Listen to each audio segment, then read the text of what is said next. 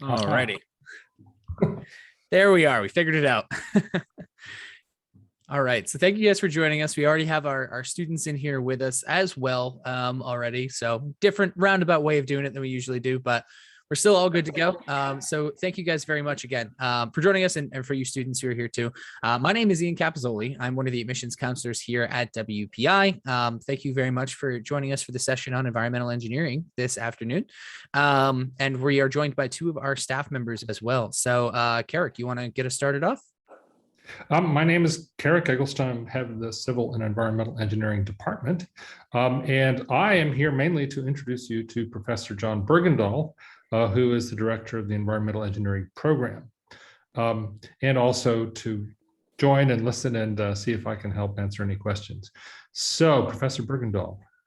Well, welcome to everybody. Welcome to the session on environmental engineering at WPI. And Ian, if you allow me to share my screen. I've got a presentation ready to go. Absolutely. No problem. You should be good to go.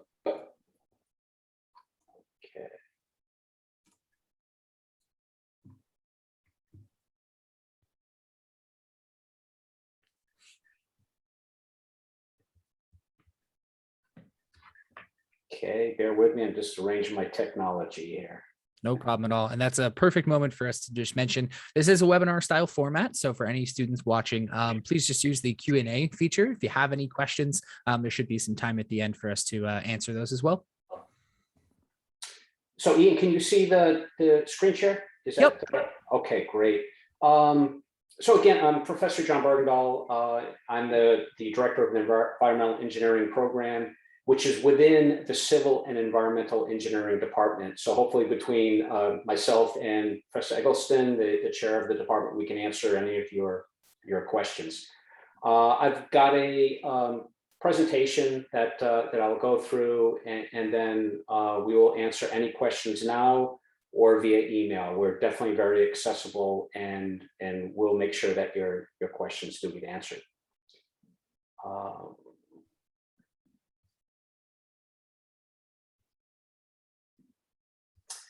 Okay, I just want to start with kind of the basics. What is environmental engineering? And you may, if you're attending this session, you're probably considering other degree options, and it's a very good thing to be doing, looking at environmental studies, et cetera. There are so many disciplines that you can go into that are very rewarding, that can help the environment, that can promote sustainability.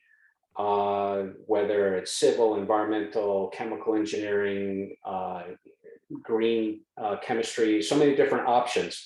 Environmental engineering is one, and it's one that's near and dear to my heart because I'm certainly an engineer. What are we doing when we're talking about environmental engineering? Environmental engineers are challenged with protection of public health, protection, restoration, and conservation of the environment, dealing with contamination in all the phases that contamination may be present, and looking at protecting the natural environment as well as the built environment. So there are many aspects of environmental engineering, from regulation to design to troubleshooting to operation of various types of systems. It can be a lot of field work. It can be a lot of lab work, and could be a lot of chemical analysis, can be a lot of designing treatment systems. We kind of cover it all, which is, I think, really neat, that we're so multidimensional. Start with some of the contamination issues that have occurred in the past, specifically water, air, soil quality. We could certainly go beyond that, but you're likely, everybody I think is probably likely to know of various types of contamination issues that have occurred. And we cover these in our courses. But the bottom line was, many years ago, there really was a lack of knowledge. I don't think the practices were set up to harm anybody or to harm the environment, but there was a lack of knowledge. The science really needed to progress, and there was little regulation many years ago. So this is just a photo that I show in pretty much every open house because I think it's so telling. here's the Cuyahoga River in Cleveland, Ohio, 1952. The river was so polluted it actually caught on fire. So that was quite startling and opened everybody's eyes to the fact that we can't just discharge things, pollution, without regard for what may happen, whether there were intended or unintended consequences, that we had to do what we're doing presently, which is control discharges, develop treatment processes and apply those processes. Regulation has followed, including the Clean Water Act, the Clean Air Act, and many other types of regulation that has passed. So these are things that we talk about in courses. We're definitely looking to the future, but we need to be looking at past practices to provide a very broad education for us. Hazardous waste is an area where I've worked most of my career, looking at different types of wastes and how they may be hazardous to public health, and certainly need to be addressed. So here was another instance. Some of you may have heard of this, and again, this is something we talk quite a bit about in our courses because there are a lot of lessons here.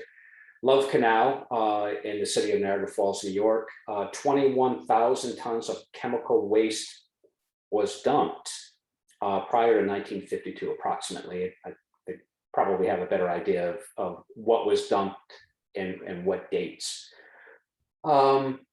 It turned out to be very detrimental for a lot of reasons to the community. Certainly, there was exposure to the public. The public was exposed to many of these chemicals. Some were very deleterious to human health, affected the environment, and led to a great realization that we needed to have what we're trying to do presently: proper hazardous waste management. And we adopted more of a cradle-to-grave approach. If we're making a chemical that truly can be dangerous if it is released and not handled correctly, we want to know when it's made, the cradle, to how it's used, and eventually how it may be destroyed, the grave part of it, or hopefully recycled and reused. Okay, so the Love Canal situation in upstate New York, definitely very heartbreaking to people that lived in that community.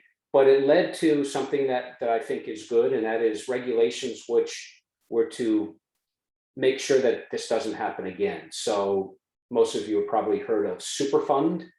Also, CERCLA is the acronym for the long regulatory title, and also regulations, RECRA, again another acronym, but regulations that we have to adhere to now, and industry has to adhere to. It's a way to provide a response, which these folks really needed, which includes money. Okay, so some way of trying to clean it up, trying to help people, and try to prevent this from happening again. Okay, so we certainly have issues that go beyond a community or a burning river. There are many global issues that I'm sure many folks are aware of. Just sanitation is something that we kind of take for granted. We take sanitation for granted, that we can turn on our faucets and wash our hands, which we know in time of COVID is very important to maintain cleanliness and to not transfer COVID, as well as many other types of infectious viruses, bacteria, etc. We take that for granted in our country, and sometimes it's not perfect in our country. But if you consider what's happening around the world, the global issue of sanitation, other countries are really in need of solutions. 1 billion people in the world lack access to improved water supply. 2.6 billion people lack access to improved sanitation.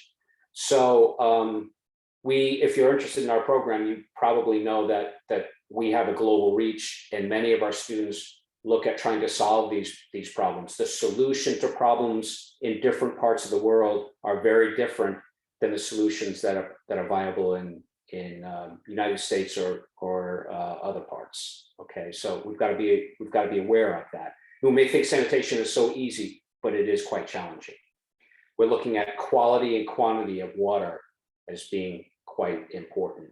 Professor Eggleston, if you want to make some comments on this material, Professor Eggleston is an expert on climate change, and this certainly affects all of what we do, which I'll come back to after he speaks about this. All right, thank you, Professor Bergendahl. I've just chosen here a couple of slides from the recent intergovernmental panel report on climate change that will be used as part of the COP26 conference that's about to take place in Glasgow, Scotland. And so I'm sure it doesn't come as a surprise that global climate change is, in my opinion, the problem of our times and the problem that we all, including you during your careers, will have to deal with in one way or another. So on the one hand, I want to send the message that it's an extremely important and pervasive problem. And on the other hand, I want to send the message that we need you to do things about it, because there are things that are being done and that need to be done, and we need people like you to carry it forward into the future. In other words, please come help save the planet. So just to go through this very quickly, on the left, there's 5 maps of the globe. On the upper middle is the degree of warming that has taken place already. So we've already had about 1 degree centigrade, 1.8 degrees Fahrenheit of warming. And you can see that it's concentrated mainly in the Arctic. The poles warm a lot faster than the tropics. And then on the upper right, there's a simulation of 1 degree warming, just to show that the simulations fairly well match what is observed. They don't match quite the same in the Antarctic, but in the Arctic, they're pretty close to spot on. And so then along the bottom are 3 scenarios of different degrees of warming. That is, if we warm the planet to 1.5 degrees, and then in the middle bottom 2 degrees, and then on the bottom right 4 degrees. Now 4 degrees, as you can see, is major. The warming in the Arctic is in the order of 6.5, 7 degrees centigrade on average. So we're talking, 13 degrees Fahrenheit on average. I should just point out that the difference in the Earth's past of being in an ice age versus being between ice ages is about 3.5 degrees C in global average temperature. So 4 degrees C is more than that. Consequences, aside from much more frequent heat waves, drying out of soil moisture in various places, threats to water supplies and agriculture, coastal flooding from sea level rise, are actually the CO2 being absorbed in ocean surface water decreases the pH slightly, making it slightly more toward the acidic, which actually has an impact on coral and clam growth and things like that. And then in the lower right, we're looking at projections of sea level rise, which range from basically 0.5 to 1 meter by the end of the century. So 1 meter would be over 3 feet of sea level rise, which will have major impacts along coastlines. And you'll notice that those trends don't stop. Even under these keep going for another 200 years with several meters of sea level rise, even if we stop increasing emissions now and reduce them. So we are at a stage now where we have caused changes, we've set processes in motion that will take centuries to play out. So we have to do 2 things. We have to mitigate, we have to minimize the extent of the actions we take in the future so that we mitigate just how far the climate change goes. And we are going to have to adapt to the change we've already set in motion. And that's going to involve essentially all of our infrastructure, including all of that, what we do to protect human health and well-being through water resources, water quality, agriculture, and everything else, buildings, transportation, and so forth. Good news is it can be done. There are good things happening and more good things will happen. And we need you to help all of us in this regard. Thank you. So I think Professor Eggleston laid it out very clearly. We have a lot of work to do, but if you think about this in the context of the previous slide where I was discussing sanitation, think about how water quality and quantity around the world is going to change. We actually have a project that we're just getting going on right now where we're looking at, it's an undergraduate MQP project, which I'll talk about MQPs in a moment. We're looking at the impact of increased salinity on the desalination process using reverse osmosis. Okay, so these are things that we're all going to face. It's all being exacerbated by the fact that we have global climate change that by many of these predictions is going to be extremely, by any of these predictions, is going to be extremely significant. So we need a lot of smart minds to address this. Also, we have to consider the fact that we have contamination around the globe. Okay, so here is an interesting figure. I hope the resolution is sufficient that everybody can see it, but here's a figure that came from a database on pollution.org. And the source of this information is a variety of institutions and a variety of data sets that they've been able to put together. Each point on here, and there are many, is an instance of some type of documented pollution issue, whether it's air, water, soil, whatever that pollution may be. These are things like heavy metals, toxic organics, air emissions that are unhealthy. First off, I think if you look at this, you should realize that there's contamination all around the globe that we have to deal with, and it is made worse by the fact that we have climate change as well as population growth that is making some of this more difficult to actually deal with. And I'll also point out that the data points shown here are likely, since these are only the documented ones, this is likely a very small fraction. I mean, we know of many more contaminated sites around the globe that we need to address. Okay, so we've got a lot of work to do. I'll talk about emerging contaminants of concern. So we do, back to what's going on in the United States. Here is a well-designed, well-run major wastewater treatment facility. This is the effluent from that facility. So we've been looking at the variety of contaminants that are in the effluent. We've been recently looking at nanoparticles that persist in the effluent and trying to gauge what we may be able to do about those nanoparticles. But here's some work where we're looking at emerging contaminants of concern. So things like 1,4-dioxane, which is a solvent, estrone, which is an estrogenic compound that's naturally occurring, bisphenol A, a plasticizer, and then some of the other, salicylic acid, which is aspirin, azithromycin, which is an antibiotic, and SMX, the highest concentration component here, which is also an antibiotic. So there are many things that, in spite of well-run, well-designed facilities, things that still persist. How are we going to deal with these? So we've got to look at the new contaminants that are there and what new technologies we're going to employ to address them. So these are contaminants. We've got contaminants like this that are in the air phase, water phase, soil phase, etc., solid waste that we need to deal with. Other types of contaminants that are potentially present. Many types of pharmaceuticals. Some are listed here, but there are many pharmaceuticals that we take in that pass. There are pharmaceuticals that are used in raising livestock that pass and end up in the environment. How are we going to handle those? Plastics like microplastics and leaching from those types of plastics, different types of chemicals that can leach. How are we going to deal with that type of contamination? And who's heard of the forever chemicals, the fluorinated organics, the PFAS chemicals?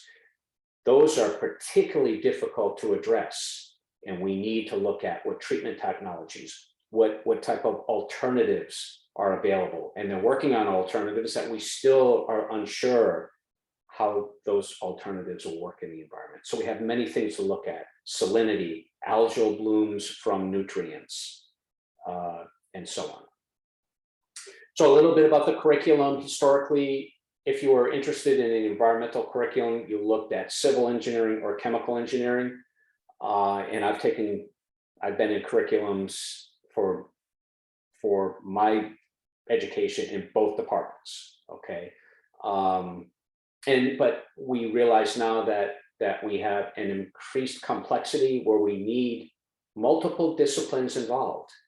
That was the idea behind the creation of the degree in environmental engineering that we've created. It's flexible. You can take courses in both departments, courses that can prepare you for the type of work in the environmental field that you're interested in. Different types of environmental projects that you would be involved in. We are a project-based curriculum.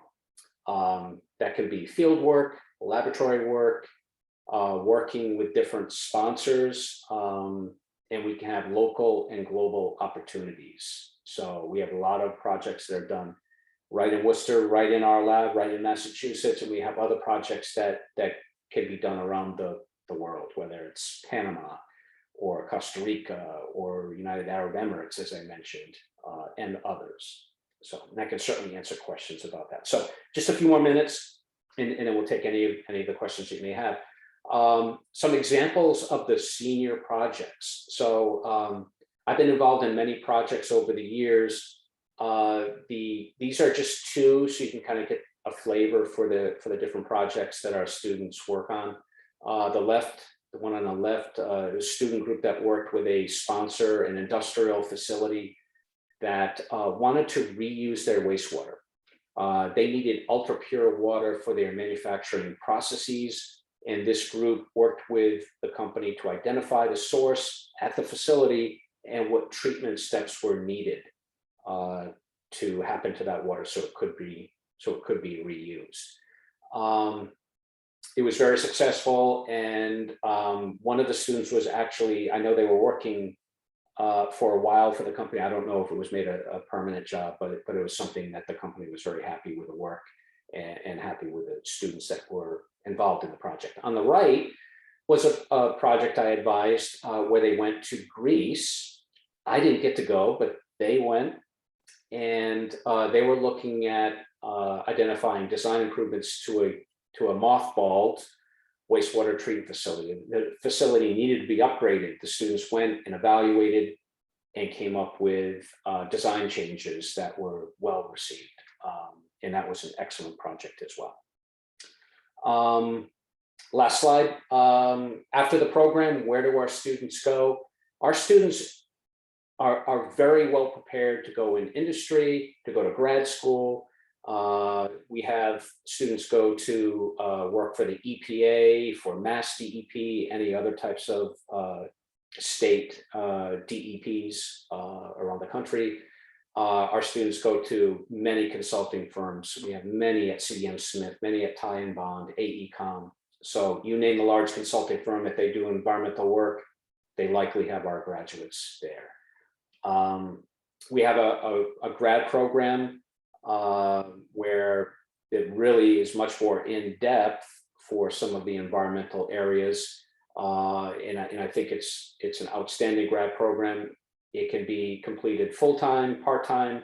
It can be completed off-site. So we're able to provide students by distance and teach by distance. So if you're in Canada and you want to finish your degree in the grad program at WPI, we do it. We're set up to do that. And we have a BSMS program where you can double count some courses from both your undergrad and grad degree. If you come into our program, I will talk to you about graduate school. It's something that I feel very strongly about. But our students are prepared to go to other grad programs, and they do quite well, from MIT, Cornell, et cetera. You can see the list. We're certain that our students are prepared. There's growth in this area, and our students are quite successful. So my email is here. Professor Eggleston and I are here to answer any questions, but if they don't get answered sufficiently, by all means, reach out to me. I'd be glad to answer questions further. So with that, please let us know what questions you may have.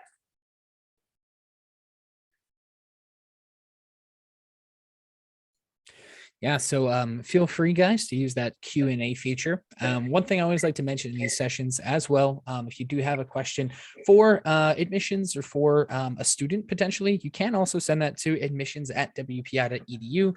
We can always make that connection for you guys, get you talking to one of our tour guides or a student who might be in the program, who might be able to answer questions for you from the student perspective as well. So keep that in mind. But yeah, we've got a few moments for the Q&A feature that I mentioned before. Don't be bashful. Anything that you may be thinking of, likely others that are in this session have that same question or a related one, and I'm glad to address it.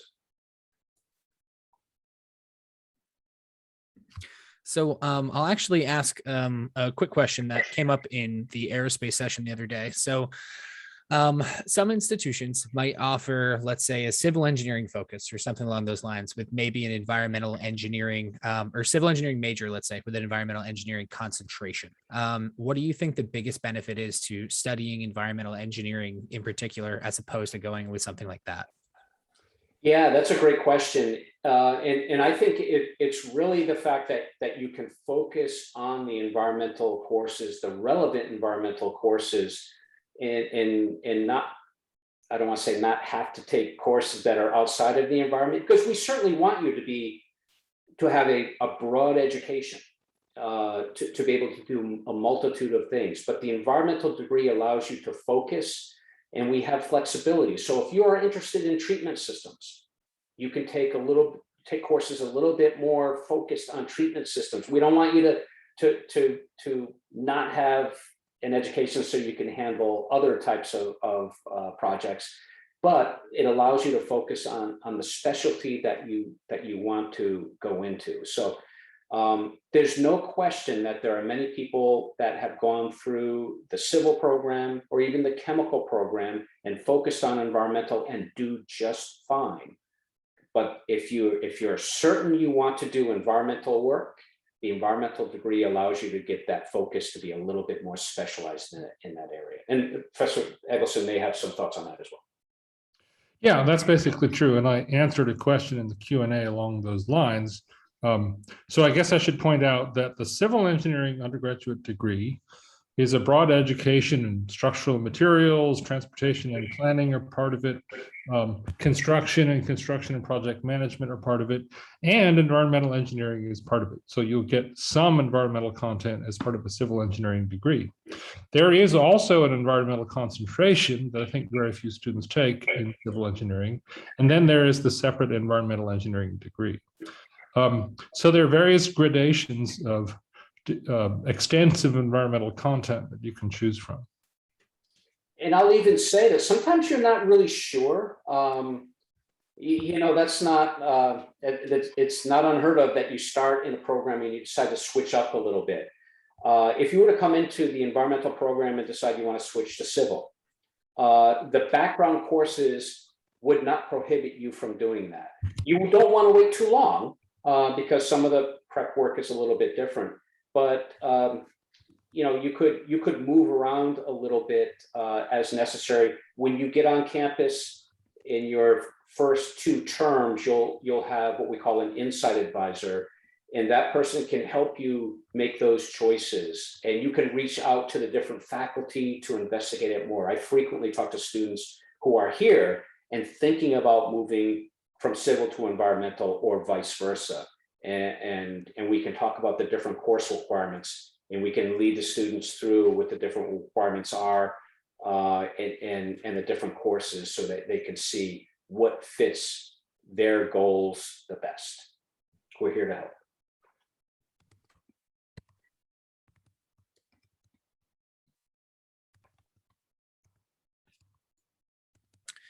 Now, I guess a similar question that I would actually love to hear your perspective on, because I sometimes get this when I'm visiting high schools and talking to students on the road, is, thinking about an environmental engineering program. The program itself is offered at other institutions as well. So what do you think is the biggest benefit of taking a program like this at WPI in particular? I'll let Professor Eggleston, if he wants to answer that first. Well, I think one thing that jumps out at me, and frankly is a major reason that I'm here, because I moved here a little over 2 years ago, is that project-based education that I think distinguishes WPI from other institutions. In other words, to get your hands on and really do things, and not with the IQP, the interactive qualifying project junior year generally, and the major qualifying project senior year generally. You're really spending quality time getting your hands on the design and construction and operation of something or some apparatus to accomplish a purpose. And I will say that, I have friends, right, who hire people, and they say, I've hired people from Stanford and MIT and everything, and they think they know everything, and they actually don't. So we have to retrain them, but they're arrogant. So it's hard, and we just love hiring WPI students because they already know how to work in a team, and they don't think they know everything. So they're willing to learn and listen and figure it out and work with people to get a job done. And so these are, in addition to the technical skills, right? Technical skills are very important, but I think it's also necessary to have professional skills. And I think one of the things that WPI does best is provide you with both. And I agree.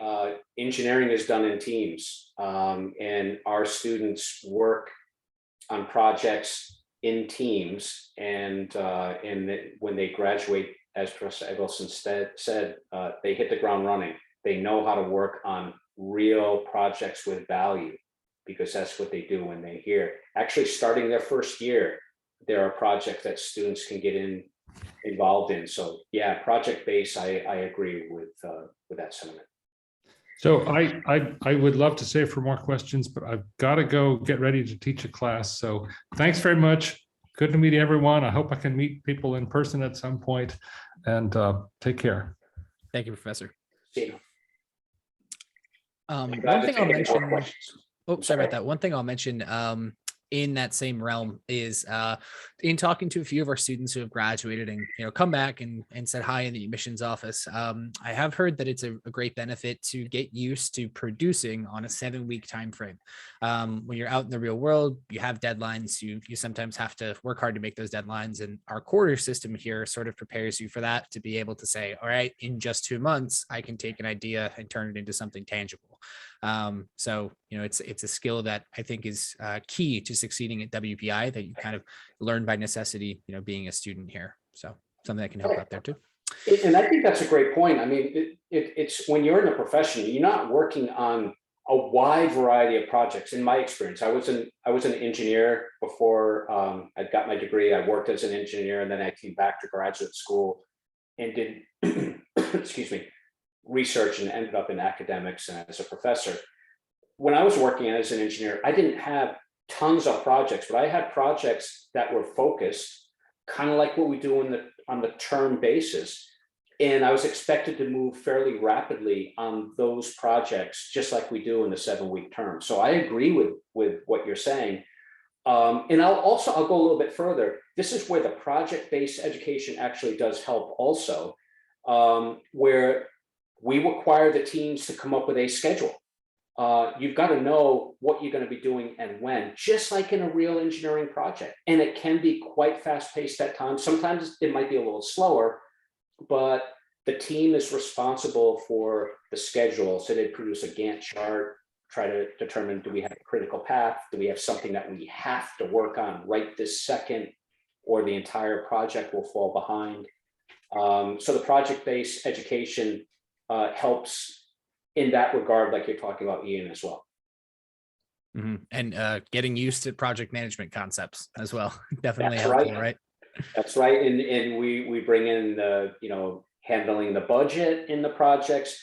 And I know whenever I was doing a project as an engineer, first thing is, are you on schedule and are you on budget? And lots of people didn't care any more than that. But of course, there's a lot more to a project than that, and we cover those types of things. But those are important things that I don't think students really get as well at other schools as they do at WPI. Fantastic. And I am just going to leave that other email address in the chat. Again, if you guys want to get a hold of students, if you have questions from the student perspective, we can definitely make that connection for you guys. If you just, shoot an email to us there. And then other than that, yeah, we do have a few minutes here for any last minute questions. One other thing that I'll put a quick plug in for, if you have already done, the institutional information session and all that, then don't worry about it. But we do have a couple of different events coming up. First off, if you haven't visited WPI, we are offering campus info sessions and tours pretty much every day, select Saturdays as well. Along with that, virtual tours and virtual info sessions a couple times a week too. And then the big kind of value add thing that's coming up, I believe it's going to be on October, I want to say 13th or 14th.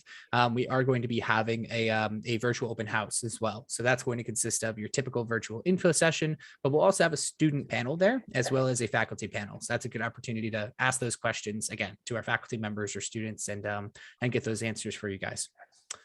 And another bit of information I'll throw out in case you do get to come to campus, we are located in Caven Hall. And that's where the department is, and the environmental engineering program is located there as well. And Caven Hall is undergoing renovation. So we've got quite a bit of changes in Caven Hall that are coming up, which is going to make a much nicer facility for us, both the laboratories as well as the office space, the spaces for students, the computing, et cetera. So I'm really looking forward to that. And if you come to campus soon, you'll see it's kind of ripped apart, and we're hoping they're going to make fast progress so we can get back into Caven Hall. So just throwing that out there. What do you think is going to open up first full-time, Caven Hall or Smart World? No, I don't. It's got to be a race. Yeah, right. I hope Caven. We're actually trying to get into the laboratories in the basement. They're trying to. I've got to talk to the department head about this, but we have a lot of projects we want to get back into in the environmental lab and the other labs that are in the lower levels. So the contractors have promised that we're going to have access soon, and I can deal without having an office. That's fine. I'll have my office on the run, but I want to have working spaces for our projects, and I'm really pushing for that. So hopefully that's going to be the first thing.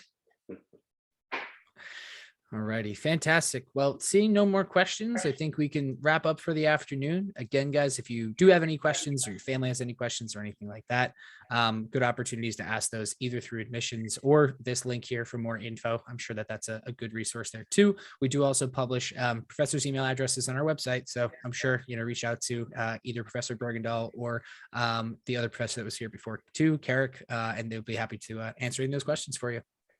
Thanks, everybody. It was nice to be here. And yes, I'll answer any questions. So have a great day. Perfect. Thank you all.